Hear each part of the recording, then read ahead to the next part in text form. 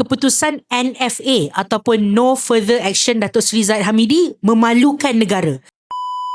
Baru je beberapa hari lepas, PMX buat amanat bahawa selepas 3 tahun mereka memerintah, mereka nak buat pelbagai reformasi. Beberapa hari selepas itu, kes Datuk Seri Zahid Hamidi iaitu Timbalan Perdana Menteri diberikan status NFA. Ni apa ni? Alasan yang diberikan pada tahun 2023 sewaktu Datuk Seri Zahid Hamidi dapat DNAA, di mana waktu itu muda tarik diri dari kerajaan, adalah kerana mereka nak buat siasatan lanjut.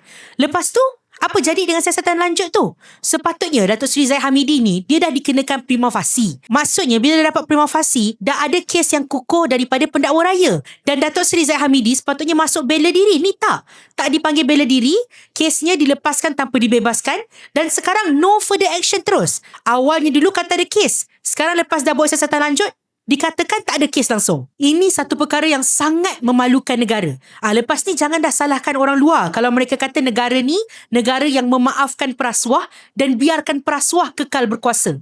Dan jangan juga salahkan rakyat biasa kalau lepas ni orang kata ada 2 jenis undang-undang. Satu, undang-undang untuk mereka yang ada kuasa, dan kedua adalah undang-undang untuk rakyat biasa.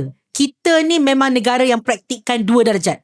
Kerajaan perlu ingat, rakyat tidak akan lupa. Rakyat tak lupa kamu kempen apa dulu, dan rakyat tak akan lupa apa yang kamu buat sekarang. Rakyat tidak akan berdiam diri.